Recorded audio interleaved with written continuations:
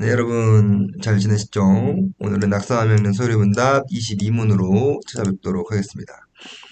오늘 질문은 이렇습니다. 하나님의 아들이신 그리스도께서 어떻게 사람이 되었는가? 우리는 이제 이걸 배웠습니다. 하나님과 예수님 그리고 성령님이 한 그 위격 안에 계신다. 영광과 권능은 동등하시다라는 걸 배웠고, 우리가 지난 시간에는 하나님의 아들이신 예수님께서는 신 100%, 하나님 100%, 사람 100%라 그랬어요. 오늘 질문은 이겁니다. 어떻게 사람이 되셨는가? 예수님께서 어떻게 사람이 되셨을까요? 답을 읽어드리겠습니다.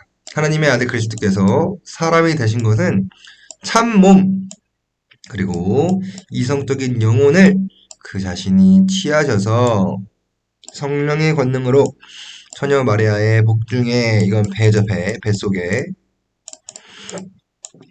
잉태되다 하셨으나 죄는 없으셨습니다. 자, 여기서 우리가 봐야 될 게 몇 가지 있습니다. 첫 번째는 하나님 아들 그리스도께서입니다. 그리스도라는 거예요.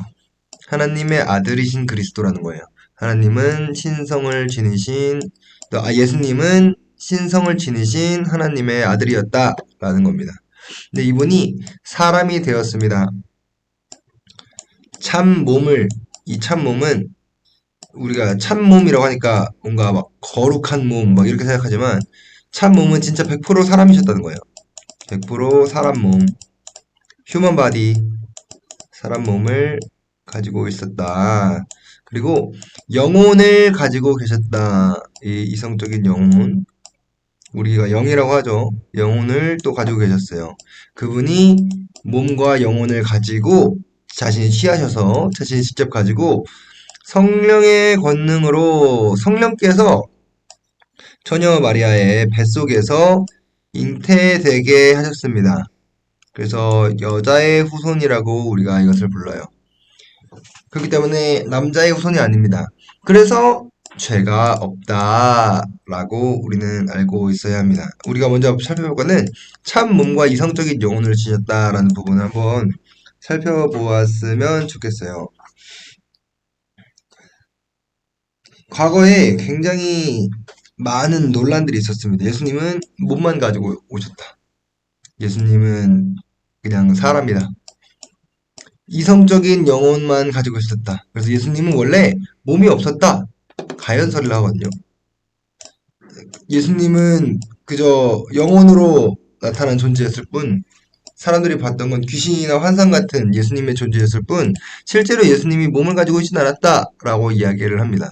하지만 그 주장은 말도 안 되는 게, 예수님께서 배고프셔서 제자들과 함께 식사를 하셨다라는 부분에서 이미 깨져요. 그렇죠? 어떤 사람들은 예수님이 몸만 가지고 오셨다라고 이제 주장하는 사람들도 있어요. 육체만 있었다. 막 그런 얘기도 합니다. 근데 이것도 잘못된 얘기죠. 예수님은 하나님이시기 때문에 그저 그냥 나사렛에서 난 그냥 청년 중 한 사람일 뿐이었어 라는 주장도 옳다고 볼 수는 없습니다. 물론 나사렛 청년이셨고 육신의 힘을 먹고 육신의 이 옷을 입고 이 땅에 태어나신 분이셨지만 이분은 100% 사람의 몸을 가지고 계셨으면서도 하나님이셨다라는 사실을 우리는 기억해야 합니다. 그래서 이것을 그 자신이 취하셔서 성령의 권능을 가지셨어요. 성령의 권능으로 태어나셨죠. 여자의 후손으로 태어났습니다. 여자의 뱃속에서. 그래서 아까 여자의 후손이라는 말을 했는데 왜 예수님께서 사람으로 태어났는데 죄가 없습니까? 우리가 흔히 이런 질문해요. 아니 육신으로 태어나면 다 죄인이라면서요. 몸을 입고 있으면 다 죄인이라면서요. 예수님은 왜 죄가 없죠? 왜냐하면 성령으로 나셨기 때문입니다. 남자의 후손으로 태어난 것이 아니라 성령의 힘으로 태어나셨기 때문에 우리는 이분을 죄가 없다라고 얘기할 수 있는 거예요. 남자와 관계를 맺어서 태어난 자녀가 아니라는 겁니다. 그러니까 사람으로서의 역할만 하실 수 있는 분이 아니라는 겁니다. 성령께서 그 능력과 신비를 발하셨어요. 이 신비에 대해서는 사실 어떻게 저도 설명해야 될지 모르겠습니다. 저도 과학에 막 능통한 사람은 아니기 때문에. 하지만 예수님께서 몸을 가지셨고 제자들과 함께 식사하셨고 줄이셨고 시장하셨고 피곤하셨고 이런 것들을 같이 경험하셨던 예수님이 죄가 없으신 분이었다. 왜냐면 처녀 마리아, 동정녀라고 얘기하죠. 사도신경에서는.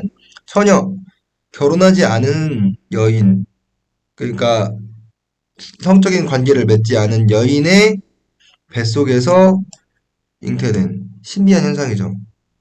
그의 아들로 죄가 없으신 분으로 이 땅에 나오셨다라는 겁니다. 예수님은 죄 없는 인간으로 태어나셔야만 했어요.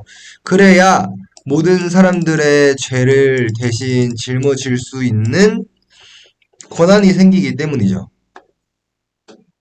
그래서 일반적인 출생 방법으로 태어난 것이 아닙니다.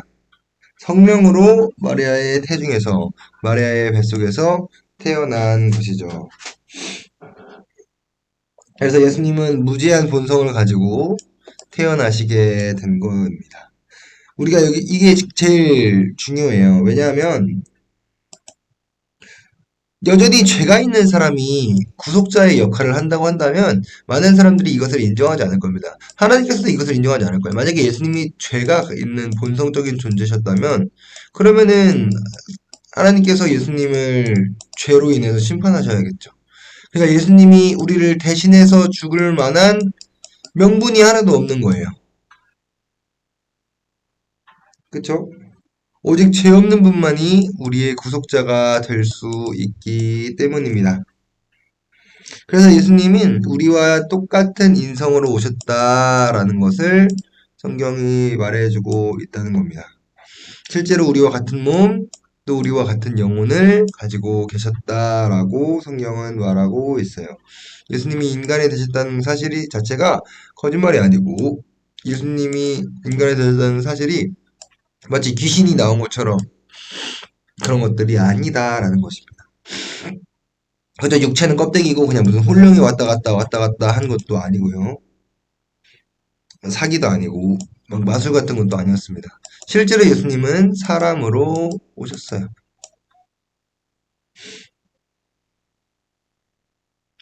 사랑하고 축복합니다. 오늘은 되게 일찍 끝나겠네요.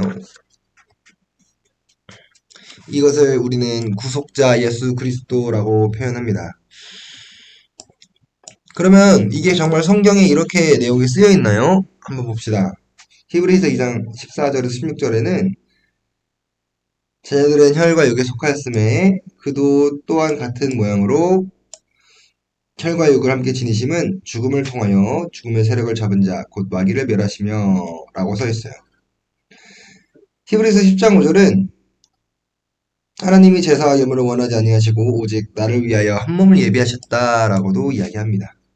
마태복음은 예수님께서 이성적인 영혼을 가졌다고 했죠. 인간과 같은 성정을 가진 분입니다.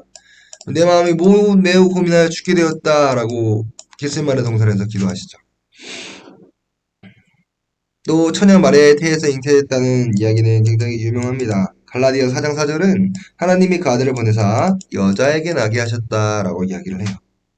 그리고 히브리서 4장 15절은 우리와 모든 일에 똑같이 시험을 받으시니로되 죄는 없으셨다라고 고백합니다. 그래서 히브리서 7장은 이러한 대제사장은 우리에게 합당한 자니 거룩하고 악이 없고 더러움이 없고 죄인에게서 떠나 계시고 하늘보다 높이 되시니라 라고 설명을 하고 있습니다. 이 내용이 굉장히 어려울 거예요. 하나님이면서 동시에 사람이었다고? 이런 내용들이 또 어떻게 남자랑 여자랑 관계를 맺지 않았는데 애가 나오지? 무슨 황새가 아이를 낳아준 것도 아니고 가져다 준 것도 아니고 막 이런 질문을 할 수 있겠지만 사실 이것은 우리가 신비로 이해하는 것이 가장 맞습니다. 그 과정과 상황에 대해서는 하나님만이 오지 아시겠죠. 정리하겠습니다. 하나님의 아들인 그리스도께서 어떻게 사람이 되셨습니까? 사람이 되신 것은 참몸, 이성적인 영혼을 예수님 스스로 취하셔서 성령의 권능으로 마리아의 복중에서 마리아의 태중에서 마리아의 뱃속에서 성령의 권능으로 나셨고요. 죄는 없으셨습니다. 그렇게 우리의 구속자가 되실 수 있었다라는 사실을 기억했으면 좋겠습니다. 감사합니다.